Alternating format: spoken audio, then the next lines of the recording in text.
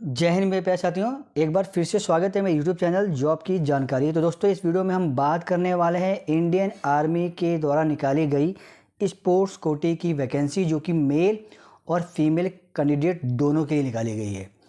बात करें अगर हम इसके ऑनलाइन सबमिशन ऑफ एप्लीकेशन की, तो 1 अक्टूबर से इसके फॉर्म लाइव हो जाएंगे, जो कि 30 अक्टूबर 2023 तक आपके रहने वाले, यानी 30 अक्टूबर लास्ट तक आप इसको फॉर्म को अप्लाई कर सकते हैं। इसके अलावा इसमें आपके एक रिक्रूटमेंट ट्रायल होता है, क्योंकि स्पोर्ट्स कोटे की वैकेंसी है, तो इस रिक्रूटमेंट ट्रायल जो दिया गया है उसकी डेट भी उन्होंने दे दी है 20 नवंबर से लेकर के 20 दिसंबर, यानी कि 1 महीने का टाइम होगा आपके पास में, जब आपको रिक्रूटमेंट ट्रायल जो स्पोर्ट्स कोटे का, जो भी आप जिस भी स्पोर्ट्स कोटे से फॉर्म को अप्लाई करेंगे उसका रिक्रूटमेंट ट्रायल देने का मौका मिल जाएगा। बात करें किस पद के लिए आपकी वैकेंसी निकाली गई है, तो पद भी अच्छा खासा है। एक है आपका डायरेक्ट एंट्री रखी गई है हवलदार की, और रखी गई है नायब सूबेदार की। इन पदों के लिए स्पोर्ट्स पर्सन के लिए, जो भी आउटस्टैंडिंग स्पोर्ट्स पर्सन, ध्यान है ओनली स्पोर्ट्स पर्सन नहीं, आउटस्टैंडिंग स्पोर्ट्स पर्सन अगर हैं आप, तब आप के लिए ये बहुत ही अच्छा मौका है कि आप इस फॉर्म को अप्लाई कर सकते हैं। क्या क्या चीज़ें रहने वाली हैं इस नोटिफिकेशन में और देख लेते हैं हम लोग।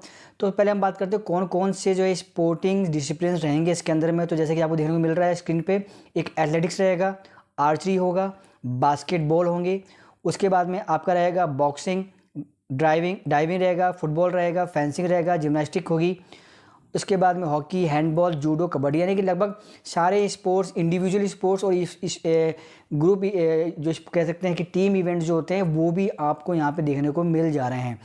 और कौन कौन से जो भी इवेंट्स होंगे उसमें कितने केजी का होगा, कितने कौन से पोजीशन में आप खेलते हैं, वो पोजीशन भी इन्होंने सेपरेट इंडिकेट कर दिया। जैसे कि बॉक्सिंग के अंदर में मेंस का केजी दे दिया है, वुमेंस का दे दिया है, फुटबॉल के अंदर में स्ट्राइकर, मिडफील्डर, डिफेंडर, गोलकीपर चाहिए। तो ऐसे ही आप जो भी स्पोर्ट्स खेलते हैं उस स्पोर्ट्स को देख करके आप कर सकते हैं। इसके अलावा यहाँ पे आपको और भी स्पोर्ट देखने को मिल जा रहे हैं, स्क्वैश है, शूटिंग है, सेलिंग भी है, यहाँ पे आपको ट्रायथन है, वॉलीबॉल है, वेट लिफ्टिंग है।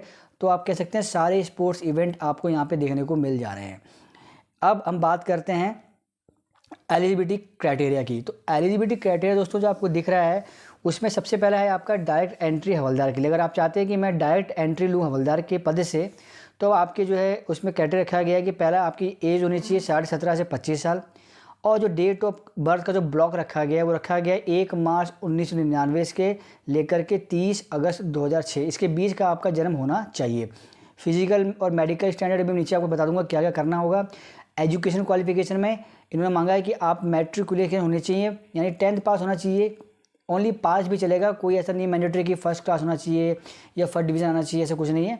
आप सिर्फ ओनली मैट्रिकुलेशन पास हैं तब भी आप अप्लाई कर सकते हैं। लेकिन क्योंकि आप स्पोर्ट्स पर्सन की, आप स्पोर्ट कोटे की वैकेंसी अप्लाई कर रहे हैं, तो इसके लिए ये कुछ क्राइटेरिया रखे गए हैं। सबसे पहले रखा गया है इंडिविजुअल शुड बी मेडलिस्ट, आपके पास मेडल होना चाहिए जूनियर और सीनियर, जो कि आपने स्टेट नेशनल चैम्पियनशिप में आपने पार्टिसिपेट किया हो या फिर इंटरनेशनल लेवल में आपने पार्टिसिपेट किया हो। इंडिविजुअल लेवल की बात कर रहा हूँ यहाँ पे, इंडिविजुअल इवेंट के अंदर में।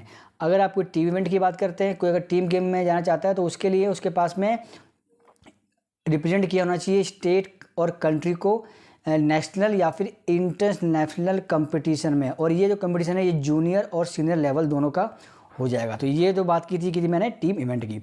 और लास्ट में individual should be medallist in Khelo India games and youth game और अबव। मेडलिस्ट होने चाहिए खेलो इंडिया के अंदर में, गेम्स में, यूथ गेम्स में, या फिर उससे अबव कोई आपका स्पोर्ट इवेंट है, आपके पास में मेडल है, कोई भी मेडल हो, सिल्वर हो, गोल्ड हो, ब्रॉन्ज हो, तो आप एप्लीकेबल हो जाएंगे। अब अगर बात करते हैं कि कोई अगर चाहता है कि मैं डायरेक्ट एंट्री नायब सूबेदार में लेना चाहता हूँ, तो उस कंडीशन में एज का क्राइटेरिया आपको सेम देखने को मिलेगा, 17.5 से 25 साल। डेट ऑफ द बर्थ का ब्लॉक है वो भी आपको 1 मार्च 1999 से 30 अगस्त 2006 के बीच में देखने को मिल जाएगा। फिजिकल स्टैंडर्ड और मेडिकल स्टैंडर्ड मैं भी बता दूंगा। एजुकेशन क्वालिफिकेशन भी आपकी मैट्रिकुलेशन मांगी गई है कि आप सिंपली पास होने चाहिए। लेकिन आपका जो स्पोर्ट्स अचीवमेंट है उसमें यहाँ पे मांगा गया है कि individual should be winner of any medal in world championship, Asian championship. Asian championship में या वर्ल्ड चैंपियनशिप में आपके पास में मेडल होना चाहिए। Individual should be winner of any medal in Asian games, Asian games के अंदर में आपके पास मेडल होना चाहिए, कोई मेडल हो। और individual should be winner of any medal in Commonwealth game world cup, world cup में कॉमनवेल्थ गेम के अंदर में आपके पास मेडल होना चाहिए, या फिर आपने 2 बार एशियन गेम्स या फिर कॉमनवेल्थ गेम या वर्ल्ड कप के अंदर में कोई भी इवेंट होते हैं उसमें आपने पार्टिसिपेट किया होना चाहिए। और represented in India in Olympics, या फिर आपने इंडिया को जो है ओलंपिक्स में रिप्रेजेंट किया हुआ। अगर ये चीज़ें हैं आपके पास में तो आप एप्लीकेबल हैं। सेम चीज़ अगर वुमेन चाहती है कि मैं डायरेक्ट एंट्री लूँ, तो सेम जो कैटेगरी मैंने आपको ऊपर बता दिया है हवलदार का और नायब सूबेदार का, सेम वुमेन्स के लिए भी वही रखा गया है।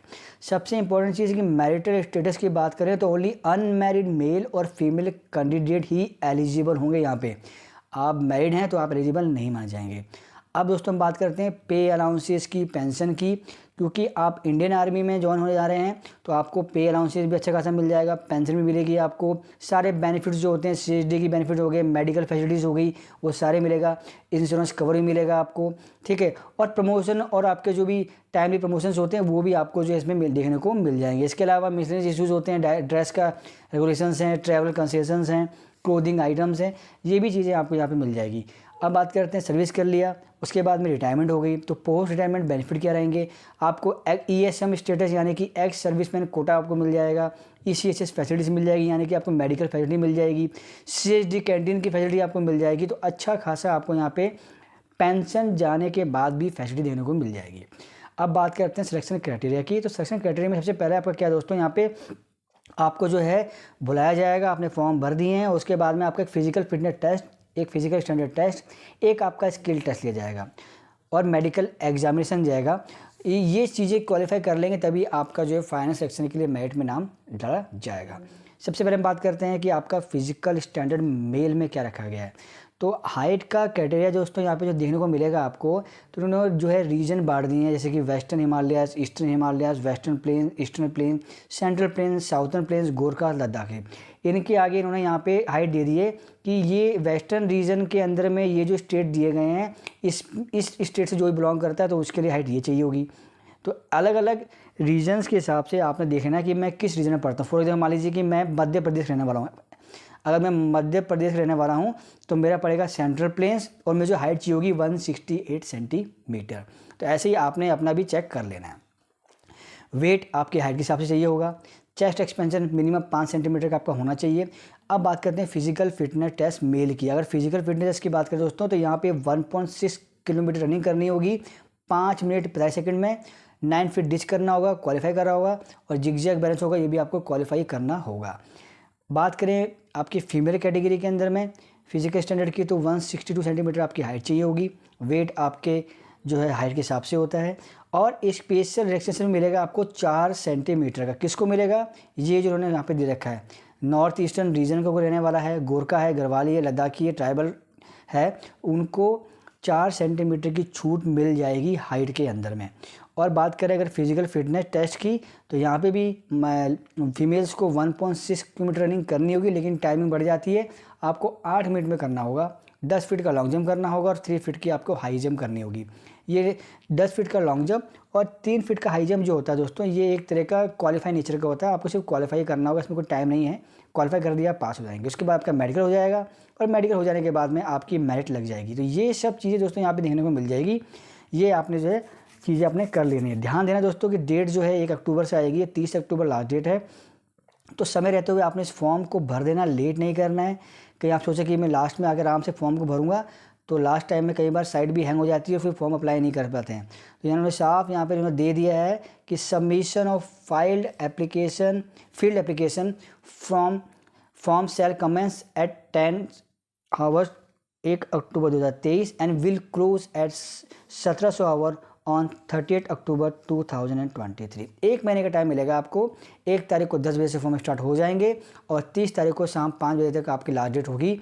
Online submitted application shall be accepted. Only online जो सबमिशन होगा एप्लीकेशन का वही एक्सेप्टेड किया जाएगा, इसके अलावा और भी कोई चीज़ नहीं मांगी जाएंगी। एक चीज़ और दोस्तों, जो भी डॉक्यूमेंटेशन आपके होंगे आप जब लेके जाएंगे तो उसको प्रॉपर आपने जिससे भी अटेस्टेड करवाया है उसका उसमें सील, उसका नाम प्रॉपर तरीके से होना चाहिए। उन्होंने यहाँ पे क्लॉथ दे रखा है, तो वो चीज़ जो है आपको ध्यान रखनी है। तो अच्छा मौका है स्पोर्ट्स पर्सन के लिए इंडियन आर्मी के अंदर में हवलदार और नायब सूबेदार के पद में जाने का। जाइए दोस्तों फटाफट, जैसे ही फॉर्म आउट होगा अपने फॉर्म को अप्लाई कर दीजिए। आज 30 तारीख हो गई है, कल ये फॉर्म आपका अप्लाई हो जाएगा और फॉर्म को अप्लाई करके आप अपने स्पोर्ट्स इवेंट के ट्रायल की तैयारी करना स्टार्ट कर दीजिए, साथ में फिजिकल इवेंट की तैयारी करना भी स्टार्ट कर दीजिए। तो दोस्तों फिलहाल के लिए इतना ही। अगर वीडियो अच्छा लगा वीडियो लाइक कर दीजिएगा और पहली बार चैनल में आए दोस्तों तो चैनल को जो सब्सक्राइब कर लीजिएगा, ताकि फ्यूचर में ऐसी इंपॉर्टेंट अपडेट मैं आप तक पहुंचाता रहूँगा। मिलेंगे नेक्स्ट अपडेट के साथ, जब तक के लिए जय हिंद।